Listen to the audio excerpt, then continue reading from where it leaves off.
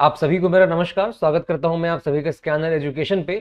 आज के इस वीडियो में हम एक अलग तरह का टॉपिक डिस्कस करेंगे जो कि रिसेंटली एसएससी स्टेनो में पूछ लिया गया है, जो कि है स्टाइल ऑफ पैसेज। इसीलिए मैंने स्टाइल को भी थोड़ा सा स्टाइल से लिख दिया है। आज के वीडियो में आपको मेरा चेहरा दिखाई नहीं देगा क्योंकि जहां से मैं रिकॉर्ड कर रहा हूं वहां मेरे सारे इक्विपमेंट उपलब्ध नहीं है, इसलिए आपको थोड़ा सा ऐसा वीडियो मिल रहा है। बट आपको कंटेंट में कोई कमी महसूस नहीं होगी, मैं कंटेंट वैसे ही प्रोवाइड करूंगा, बस दिखाई नहीं दूंगा। तो देखो, फंडा क्या है कि स्टाइल होता क्या है इतना समझ लो। हम लोगों ने स्ट्रक्चर समझा कि ऑथर कौन सी टेक्निक का इस्तेमाल करता है, तो बेसिकली वही चीज यहां भी हो रही है कि ऑथर किस तरह से अपने आप को एक्सप्रेस करने की कोशिश कर रहा है, उसको हम स्टाइल ऑफ पैसेज कह देते हैं। तो थोड़ा सा बहुत ही स्लाइट डिफरेंस आता है, बहुत मेजर डिफरेंस नहीं आता है। इसलिए जब आप टाइप्स में यहां जाके देखोगे ना कि क्या क्या टाइप है अलग अलग डिफरेंट से, तो वो कुछ टाइप आपको टेक्निक और टेक्निक बेसिकली जो भी यूज करते थे स्ट्रक्चर के लिए, उससे क्वालिफाई या मैच करता दिखाई दे जाएगा। अब कौन कौन से टाइप है यहाँ पे, एक नैरेटिव स्टाइल है, एक डिस्क्रिप्टिव है, एक है फैक्चुअल एक्सपोजिटरी या फिर इंफॉर्मेटिव, फिर है एक आर्गुमेंटेटिव या फिर परसुएसिव, फिर है analytical, abstract, classification, cause and effect, compare and contrast, problem and solution, definition, illustration, etcetera. तो इतने तरह के दिखाई देते हैं। और अब ध्यान दोगे तो हम डिस्क्रिप्टिव को स्ट्रक्चर में समझ चुके हैं, हम कॉज एंड इफेक्ट समझ चुके हैं, कंपेयर कॉन्ट्रास्ट समझ चुके हैं, प्रॉब्लम सोल्यूशन समझ चुके हैं, डेफिनेशन समझ चुके हैं। तो इन सारी चीजों के बारे में बेसिकली हम स्ट्रक्चर वाले में बात कर चुके थे। तो बहुत ज्यादा डिफरेंस नहीं जा रहा है थ्योरी के हिसाब से। अगर आप उसको भी यूज करके इन सारे ऑप्शन को कंपेयर कर ले जाओगे तो भी आप एग्जाम मार्क कर ले जाओगे, अगर ऐसा पूछता है तो। दूसरी चीज जो बची हुई चीजें हैं वो हमें अभी डिस्कस कर लूंगा, तो आपको थोड़ा सा आइडिया लग जाएगा। हाउएवर मैं आपके साथ पूरा पूरा पैसेज डिस्कस नहीं करूंगा, एग्जाम सर पे है, बहुत डिटेल में एकदम थ्योरी वीडियो बनाने की जरूरत नहीं है। अभी बस थ्योरी जान लो कि हाँ किस तरह की चीजें होती हैं, जैसे कि ऑप्शन आप एलिमिनेट कर ले जाओ। फिर आखिरी में देखो मैं यही कहता हूं एटसेट्रा लिखा हुआ मैंने, क्यों? क्योंकि नहीं पता कि एसएससी क्या तरीका लगा दे, अपना क्या दिमाग लगा दे और एक नया टाइप इजाद कर दे जाए। अल्टीमेटली आपको क्या करना है, ऑप्शन एलिमिनेशन करना है, जैसे कि मैं पहले वीडियो में आपको बताता हुआ अभी तक चला आ रहा हूं। देखो टाइप्स ऑफ स्टाइल में सबसे पहले हम किसके बारे में बात करेंगे, नरेटिव। अब नरेटिव वर्ड कहां से आया है, वो आया है नरेशन से। कहां से? नरेशन। नरेशन मतलब होता है कहानी सुनाना। तो जब कहानी सुनाना ही होता है नरेशन, तो क्या होता है ये आर्टिकल, ये होती है written in the form of a story. एक कहानी की तरह इस आर्टिकल को या फिर उस पैसेज को पर्टिकुलर लिखा जाता है। नॉवेल्स हो गए, एनेक्डोट्स हो गए, ऑटोबायोग्राफीज हो गई, फिर हिस्ट्रीज हो गई, इस तरह की जो चीजें हैं वो किस तरह लिखी जाती हैं, वो मैक्सिमम केसेस में आपको जो मिलेगी वो है नरेटिव स्टाइल में ही लिखी जाती है। अब इसमें क्या होता है, आपको इमेजिनेशन की चीज जरूरत होती है। इमेजिन क्या करते हो आप, सीन्स इमेजिन करते हो, सेटिंग इमेजिन करते हो, कैरेक्टर अंडरस्टैंड करते हो, किसका, प्लॉट का। तो आपको ओवरऑल पैसेज का आइडिया डेवलप करने को मिलता है। अब अगर आपको कोई नैरेटिव स्टाइल समझने की जरूरत है, मान लो कि कैसे पढ़ें सर, कहां से देखने को मिलेगा हमें आर्टिकल, आप कुछ मत जाओ, कोई भी पिक्चर की कहानी उठाओ, गूगल उसको कर दो समरी, किसी किताब का, किसी पिक्चर का, किसी टीवी सीरीज का, जो भी सीरीज आप देखते हो उसका समरी सर्च कर दो, विकिपीडिया प्लॉट लिख के आ जाता है। वो प्लॉट आप पढ़ोगे ना, वो नैरेटिव स्टाइल में ही होता है, उसमें बताते हैं, कहानी को एक्सप्लेन कर रहे होते हैं। तो बेसिकली इतना सा नैरेटिव है और भी कुछ नहीं होता है। फिर बात आती है डिस्क्रिप्टिव की। डिस्क्रिप्टिव का फंडा क्या है, डिस्क्रिप्टिव कहां से आया वर्ड, डिस्क्राइब। डिस्क्राइब करने से आया तुम्हारा डिस्क्रिप्टिव। अब क्या डिस्क्राइब करोगे, किसी चीज को डिस्क्राइब करोगे ना, वो क्या, पर्सन हो सकता है, प्लेस हो सकता है, इवेंट हो सकता है, थिंग हो सकता है, कोई आइडिया हो सकता है ना। अब आइडिया जैसे डेमोक्रेसी, डेमोक्रेसी एक आइडिया है ना, क्योंकि वो एग्जिस्ट तो करता नहीं है। तो जब उसको आप एक्सप्लेन करोगे इन डेप्थ में तो वो डिस्क्रिप्टिव हो जाता है। अब इसमें क्या होता है, किसी चीज को जब डिस्क्राइब करोगे तो उसकी क्वालिटीज बताओगे। तो क्वालिटी कैसे बताओगे, एडजेक्टिव एडवर्ब्स को यूज करके बताओगे। मेटाफॉर्स का इस्तेमाल करोगे। मेटाफॉर्स का इस्तेमाल करने मतलब, जैसे मान लो मैं कहता हूं कि तुम जो हो एसएससी के एग्जाम धड़ाके से दे रहे हो, तो तुम शेर हो। अब तुम शेर हो तो ये मतलब नहीं है ना कि तुम असली में शेर हो, मैं कह रहा हूं शेर की क्वालिटी तुम्हारे अंदर है। तो इस तरह के चीजों को मेटाफॉर बोलते हैं। ठीक है, तो किसी चीज को डिस्क्राइब करने में इन सारी चीजों का इस्तेमाल होता है। तो डिस्क्राइब करने में देखो वर्ड अपने आप निकल के मुंह से आ गया, डिस्क्राइब करने में इन चीजों का इस्तेमाल होता है। जो मैगजीन के आर्टिकल होते हैं वो मैक्सिमम केसेस में डिस्क्रिप्टिव स्टाइल में ही आपको लिखे दिखाई देते हैं, मैक्सिमम केसेस में। अब इसमें ओपिनियन और ओपिनियन का ना होना इस वाले केस में उतना मैटर नहीं करता हूं, कि मैक्सिमम केस में ये न्यूट्रल भी हो सकता है, कभी ओपिनिएटेड भी हो सकता है। तो वो आर्टिकल टू आर्टिकल डिपेंड करता रहता है। ठीक है, तो ये डिस्क्रिप्टिव स्टाइल हो गया। नेक्स्ट पढ़ो, नेक्स्ट कह रहा है फैक्चुअल या एक्सपोजिटरी या फिर इंफॉर्मेटिव। अब फैक्चुअल से क्या मतलब आया, फैक्ट से आया। इंफॉर्मेटिव से क्या मतलब आया, इंफॉर्मेशन से आया। एक्सपोजिटरी का मतलब भी होता है किसी चीज को एक्सप्लेन कर देना, ठीक है। अब जब भी कोई इंफॉर्मेशन किसी पैसेज में लॉजिकल या फिर ऑब्जेक्टिव मैनर में दिया जाए, किस चीज के साथ, फैक्ट्स और फिगर्स के साथ। फैक्ट मतलब फैक्ट, फिगर माने नंबर्स, ठीक है। तो अब क्या समझ में आता है इससे कि सर जो न्यूज आर्टिकल लिखे होते हैं, जो प्रेस रिलीज लिखी होती है, रिसर्च पेपर लिखे होते हैं, न्यूज रिपोर्ट लिखी होती है, ये सारी चीजें जो होती हैं इसमें फैक्ट्स होते हैं, इंफॉर्मेशन होती है। तो ऑब्वियस सी बात है कि उस चीजों को फैक्चुअल तरीके से लिखना पड़ता है, हमें मजबूरी हो जाती है उन चीजों को फैक्चुअल तरीके से लिखना, इसलिए उसमें ओपिनियन नहीं घुसा सकते हैं हम अपना। जो जैसा है वो वैसा आपको बता दिया जाए, वो आपका फैक्चुअल एक्सपोजिटरी या फिर इंफॉर्मेटिव स्टाइल हो गया। मेरे हिसाब से सबसे आसान चीज इसको आइडेंटिफाई करना होता है कि ये एकदम बेसिक है, बस जो है वैसा का वैसा आपको बता दिया, ना कुछ इमेजिन करने को बोल रहा है, ना कुछ इन डेप्थ मीनिंग में जाने को बोल रहा है, तो बहुत बेसिक तरीके की चीज होती है। फिर अगला आता है आर्गुमेंटेटिव या परसुएसिव। अब आर्गुमेंटेटिव से मतलब क्या है, आर्गुमेंट, आर्गुमेंट माने आप किसी को जब अपना तर्क समझाते हो तो आप आर्गुमेंट दे रहे हो। वैसे परसुएसिव, जो आप किसी को परसुएड कर रहे हो, कन्विंस कर रहे हो किसी चीज के लिए कि भाई तुम मेरी बात मानो, जो मैं कह रहा हूं वो सही है। अब वो कब मानेगा, जब उसको अपने हिसाब से आर्गुमेंट दोगे। तो यानी कि इस वाले में जो गोल होता है, आप रीडर को कन्विंस कर रहे हो तो किसी पर्टिकुलर बिलीफ को लेके या किसी पर्टिकुलर ओपिनियन को लेके कि भाई देखो ये टॉपिक है, इस टॉपिक में ये ऐसा होता है, मेरा ओपिनियन ऐसा है क्योंकि ऐसा ऐसा ऐसा ABCDEFG ये मेरे रीजंस हैं। तो उसको हम क्या कहते हैं, आर्गुमेंटेटिव कहते हैं। यानी कि जब आप आर्गुमेंट एक्सप्रेस कर रहे हो, बिलीफ बता रहे हो, ओपिनियन बता रहे हो, उसकी हमें जिम्मेदारी हो जाती है कि ओपिनिएटेड होता है, यानी कि उसमें इंस्टेंसेस का इस्तेमाल किया जाता है कि उस दिन ऐसा हुआ था।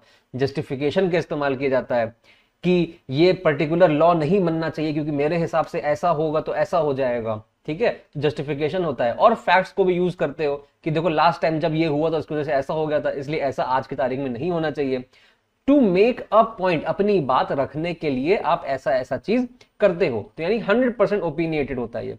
एडिटोरियल्स इस तरह लिखे जाते हैं, किसी चीज का रिव्यू लिखा जाता है। रिव्यू सिर्फ ऐसा नहीं कि आप मोबाइल फोन खरीद रहे हो अमेजॉन फ्लिपकार्ट से तो वहां पे जो रिव्यू लिखा हुआ है वो भी इनफैक्ट रिव्यू ही है, बट यहाँ फॉर्मल राइटिंग की बात हो रही है।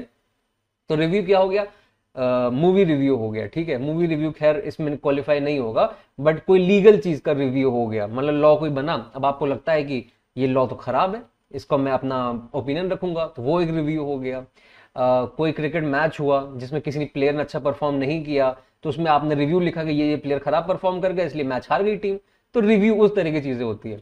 फिर आई बात कंप्लेंट्स की, जब आप किसी चीज को लेकर कंप्लेन करते हो कि ऐसा हो गया वैसा हो गया, उस कंप्लेंट को भी आप क्या लिखोगे, आपने आर्गुमेंट्स प्रेजेंट करोगे, सामने वाले को परसुएड करोगे, देखो ये गलत हुआ है मेरे साथ। तो कंप्लेंट्स भी, इस तरह की चीजें भी आर्गुमेंटेटिव परसुएसिव होती हैं। इसको भी आप थोड़ा कन्वीनियंटली तरह से आइडेंटिफाई कर ले जाओगे अगर आप रेगुलर रीडिंग कर रहे हो अभी तक। तो अगला क्या आता है, अगला आता है आपका एब्स्ट्रैक्ट। एब्स्ट्रैक्ट का मतलब क्या है, देखो फंडा समझो। एब्स्ट्रैक्ट मतलब होता है कॉन्सेप्चुअल। कॉन्सेप्चुअल से मतलब क्या है, जिस चीज को सिर्फ आप दिमाग में इमेजिन कर सकते हो। अब जैसे मैंने वर्ड यूज किया था ना, आइडिया, आइडिया जैसे डेमोक्रेसी। अब डेमोक्रेसी चीज एक एब्स्ट्रैक्ट है, उसको आप देख या वो छू नहीं सकते हो, बस आपके मन में एग्जिस्ट करता है। तो एब्स्ट्रैक्ट टॉपिक्स जैसे हो गई फिलॉसफी हो गई, फैंटेसी हो गई, तो ये सारी चीजों को एक्सप्रेस करने के लिए हमें एक एब्स्ट्रैक्ट अप्रोच रखना पड़ता है। तो नॉन रियल चीजें हो गई, थियोरेटिकल कॉन्सेप्ट्स हो गए, जिसको एक सिंबॉलिक मैनर में एक्सप्रेस किया जाता है। अब सिंबॉलिज्म का मतलब क्या है, मैंने बताया है ना आपको। जैसे रोज, रोज क्या है, सिंबल ऑफ लव। तो जब आप किसी को रोज दे रहे हो तो क्या कह रहे हो कि भाई देखो मुझे तुमसे प्यार है। भाई मतलब भाई तो नहीं बोलोगे जिसको भी दे रहे हो आप, एनीवे। तो rose is a symbol of love, वैसे dove is a symbol of peace. तो इस तरह की चीजें जो होती हैं उसको सिंबोलिज्म कहते हैं। तो इस तरह के आर्टिकल्स में क्या होगा, मोस्टली फिलोसफी वाले आर्टिकल ही आपके एग्जाम में मेरे ख्याल से पूछे जाएंगे। फैंटेसी वाले एग्जाम के पर्सपेक्टिव से उतना इंपॉर्टेंट नहीं होता है कि अक्सर देखने को नहीं मिलता है, और अगर होता भी है तो वो कौन सी होती है, फैंटेसी वाली स्टोरी होती है। और जब भी स्टोरी होती है तो मैक्सिमम केसेस में स्टोरी जो आती है एग्जाम में वो नैरेटिव होती है, ठीक है। तो इसलिए फैंटेसी वाला लोड नहीं लेना है। मेन आपका फिलोसफी वाले चीजें हैं, पैसेजेस हैं जो एब्स्ट्रैक्ट में क्वालिफाई करेगी। बट फिर भी मुझे क्या लगता है कि एब्स्ट्रैक्ट वाले क्वेश्चन उतने आएंगे नहीं आपके, क्योंकि थोड़ा डिफिकल्ट हो जाता है। फिर बात आती है हमारी कौन सी, एनालिटिकल की बात आती है। एनालिटिकल वर्ड किससे आया, एनालिसिस से। एनालिसिस का मतलब क्या होता है, हमने किसी चीज का पॉजिटिव भी देखा, नेगेटिव भी देखा, और हम उसके बाद कुछ डिसीजन नहीं ले रहे हैं, बस हम ऊपर ऊपर से देख ले रहे हैं कि देखो पॉजिटिव ये है, नेगेटिव ये है। यानी कि आर्गुमेंटेटिव में क्या कर रहे थे, या तो केवल पॉजिटिव लेके चल रहे थे या तो केवल नेगेटिव लेके चल रहे थे। बट एनालिटिकल में क्या है, यहां भी हम फैक्ट्स और इन्फॉर्मेशन यूज तो कर रहे हैं, बट हम पॉजिटिव भी देख रहे हैं उसका और नेगेटिव भी देख रहे हैं। अब मान लो एक डिबेट है, ठीक है, डिबेट में क्या होता है, एक होता है फॉर, एक होता है अगेंस्ट। जो फॉर बोलेगा वो अपनी बात कहने को आगे बढ़ेगा, जो अगेंस्ट बोलेगा वो अपनी बात कहने को आगे बढ़ेगा। तो ये क्या होता है, ये होता है आर्गुमेंटेटिव या फिर परसुएडिव। अब देखो दूसरी चीज क्या होती है, ग्रुप डिस्कशन, यानी ग्रुप डिस्कशन। जीडी कभी सुना है नाम, जीडी सुना है तो नहीं पता, नहीं पता बता देता हूं।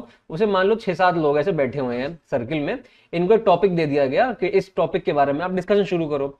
अब ऐसा नहीं है कि यहाँ पे कोई एक इंसान बैठा हुआ है तो अपना ओपिनियन चेंज नहीं करेगा, वो प्रो भी बात करेगा, वो कॉन भी बात करेगा, ओवरऑल डिस्कस करेगा, और फिर ग्रुप आउटकम आखिरी में निकल के लेके आती है कि हमें लगता है कि ऐसा होना चाहिए सारे प्रो कॉन को देखते हुए।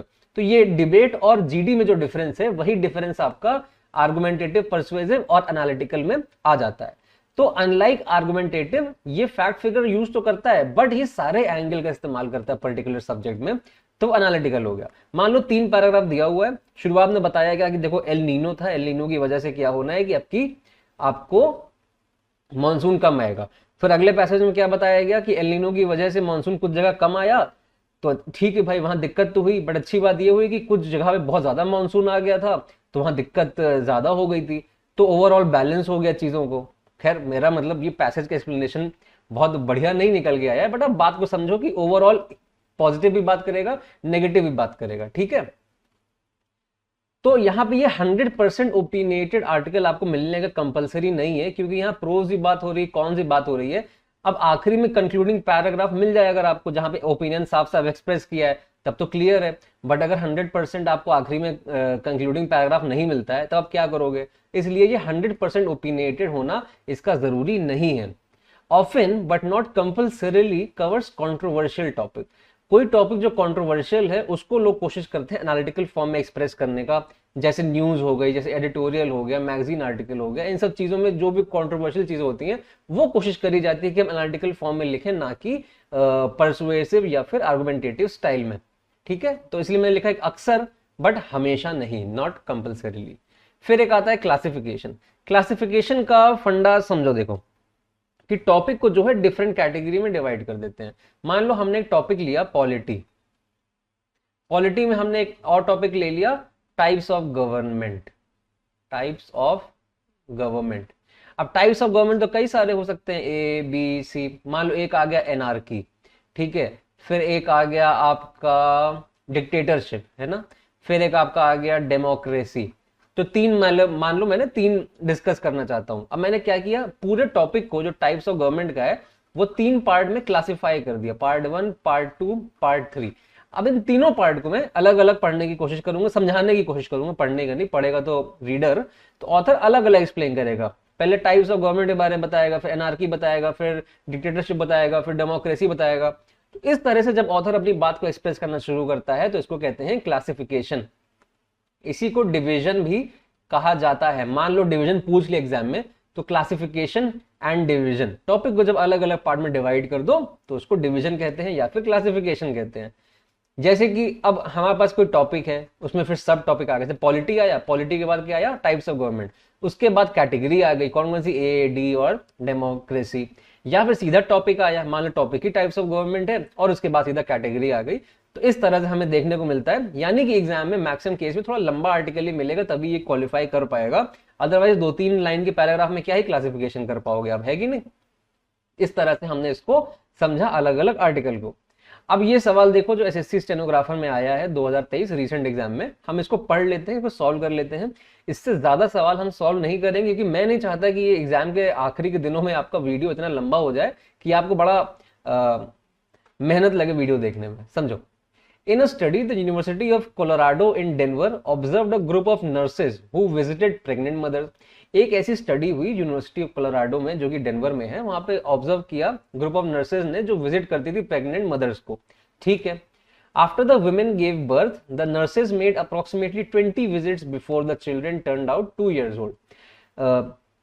जो लेडीज थी, विमेन थी, प्रेग्नेंट वुमेन थी, उन्होंने जब बर्थ दे दिया बच्चों को, तो नर्सेज ने क्या किया, वो लगभग 20 बार मिलने गई। कब, अगले 2 साल में। किससे मिलने गए, बच्चों से। When the benefits to the children were studied, the researchers found that the children were emotionally less vulnerable to fear. जब बेनिफिट्स गिनने की बारी आई कि देखो हम 2 साल में 20 बार मिलने गए हैं, तो रिसर्चर ने ऐसा ढूंढा कि जो बच्चे थे वो इमोशनली उतने वल्नरेबल नहीं थे डर को लेके, उनको डर नहीं लगता, डर लगना कम था उनको। चिल्ड्रन लर्न लैंग्वेजेस सूनर, उसमें क्या हुआ कि जब जहां पे नर्स जाती थी बच्चे भाषा भी जल्दी सीखने लग गए। They also had higher mental development scores than the control group without the nurses support. अब कोई कंट्रोल ग्रुप रहा होगा जहां पे नर्स नहीं जा रही होगी, मान लो 2 ग्रुप में बांट दिया गया होगा, ए और बी, बी वाले में नर्स जाती होंगी, ए वाले में नर्स नहीं जाती होंगी, तो ये कंट्रोल ग्रुप है।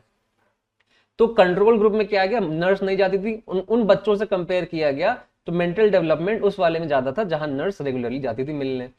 Benefits to the children because of the simple intervention of the nurses support were observed even 15 years later. तो ये जो फायदे हो रहे थे बच्चों को छोटे से इंटरवेंशन की वजह से, कि अगले 2 साल में केवल 20 बार नर्स मिलने गई, वो बच्चों के 15 साल के होने के बाद भी देखे जा सकते थे। ठीक है, इतना सा बहुत छोटा सा पैसेज है, तो इसलिए अब इसमें आराम से हम इसको सारे ऑप्शन पढ़ेंगे। क्लासिफिकेशन, क्लासिफिकेशन ये क्यों नहीं है, क्योंकि ये कोई ऐसा टॉपिक ही नहीं है जहां पे इसको अलग अलग कैटेगरी में बांटकर डिस्कशन हो रहा हो। क्लासिफिकेशन हमको यहाँ से हटाना पड़ेगा, क्लासिफिकेशन कह लो या डिवीजन कह लो। फिर आता है बात एक्सपोजिटरी। एक्सपोजिटरी क्या होता है, फैक्चुअल, फैक्चुअल हो गया, इंफॉर्मेटिव हो गया। तो क्या यहाँ फैक्ट्स की बात हो रही है, हाँ फैक्ट्स की बात हो रही है। इन्फॉर्मेशन मिल रही है आपको, इन्फॉर्मेटिव है ये, हाँ बिल्कुल इन्फॉर्मेटिव है, इन्फॉर्मेशन दे रहा है, तो ये वाला हमारा हो सकता है, इसको हम होल्ड पे रख लेते हैं। अगला ऑप्शन देखते हैं, नैरेटिव। नैरेटिव होता है नरेशन। नरेशन क्या होता है, मोस्टली कहानियों में आपको देखने को मिलता है, कोई ऑथर है किताब का, वो आपको कहानी सुना रहा है, ऐसा यहाँ बिल्कुल भी नहीं हुआ, तो इसको हम हटा देंगे। फिर आती है बात डिस्क्रिप्टिव। डिस्क्रिप्टिव में क्या होता है, डिस्क्राइब करते हो किसी चीज को, तो देखो यहाँ स्टडी को डिस्क्राइब तो किया जा रहा है, बट ये वैसा वाला डिस्क्रिप्टिव नहीं है। डिस्क्रिप्टिव कहाँ यूज करते हो आप, देखो पीछे जाके, डिस्क्रिप्टिव मैंने क्या बताया, किसी पर्सन, प्लेस, इवेंट, थिंग को इन डेप्थ में डिस्कस करते हो, एडजेक्टिव एडवर्ब का इस्तेमाल करते हो, मेटाफोर का इस्तेमाल करते हो, तो और एक मेंटल इमेज क्रिएट करने की कोशिश कर रहे होते हो जब आप किसी चीज का, तब डिस्क्रिप्टिव होता है। तो इस केस में ऐसा है नहीं, क्योंकि कोई मेंटल इमेजरी की बात नहीं हो रही है। तो बेसिकली सिंपल एकदम इंफॉर्मेशनल फैक्चुअल सब बेसिक सा आर्टिकल है, इसलिए एक्सपोजिटरी यहाँ पे आपका सही हो जाता है। अच्छा, इस पैसेज को पढ़ के मुझे एक बात और समझ में आती है, क्योंकि ये कंट्रोल ग्रुप के बारे में बात हो रहा है, किसी रिसर्च के बारे में बात कर रहा है ना ओवरऑल, तो ये क्या है, ये जो पैसेज ओवरऑल हमारा है, ये किसी बड़े से स्टडी का एक छोटा सा पैराग्राफ है।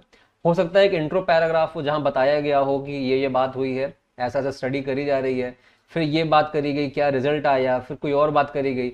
जब अगर ऐसा होता है, मान लो पूरा आर्टिकल, हो सकता है पूरा आर्टिकल क्लासिफिकेशन फॉर्म का हो, बट एक पर्टिकुलर वाला, मान लो ये वाला पैराग्राफ हमसे पूछ लिया गया आरसी पैसेज में, बट ये वाला हमारा क्या है, ये फैक्चुअल है, यानी कि एक्सपोजिटरी है। तो ये चीज समझो, एग्जाम में हो सकता है कि आपको पूरा पैसेज दिया हो, मान लो ये पूरा ही आर्टिकल दे दिया होता, और उसमें से केवल सेकंड पैसेज का पूछता है कि सेकंड पैसेज का स्टाइल ऑफ पैसेज क्या है, सेकंड पैराग्राफ का स्टाइल ऑफ पैसेज क्या है, तब आप बता देते। और जब पूरा पूछता कि ओवरऑल पैसेज का स्टाइल ऑफ पैसेज क्या है, तो हो सकता है कि वहां पे क्लासिफिकेशन आपका क्वालिफाई कर जाता। तो ये चीज भी समझना, ये वाला मैंने इन्फ्रेंस वाले में भी आपसे डिस्कस करके रखा है कि इन्फ्रेंस वाले में क्या होता था, पूरा पैसेज है, बट हर पैराग्राफ का एक अलग स्ट्रक्चर होता है, जिससे आपको अलग अलग इन्फ्रेंस के बारे में पता चलता है। ठीक है, तो इस वीडियो में केवल इतना ही। आप देख सकते हो मेरे अदर वीडियोस भी, जहां पे आपको लगे कि कोई हेल्प चाहिए है, मेरे हर वीडियो से आपको थोड़ा बहुत वैल्यू एडिशन मेरी तरफ से जरूर होगा। बहुत मेहनत से सारे वीडियो बनाए हैं और कुछ ना कुछ आपको इंप्रूवमेंट फील जरूर होगा। तो जहां पे आपको लगे वो वीडियो देख जरूर लेना, और इस की पीडीएफ में डाल दूंगा कहां पे, अपने टेलीग्राम चैनल पे, वहां से जाके डाउनलोड आप कर लेना। मिलता हूं आपसे नेक्स्ट वीडियो में। जय हिंद।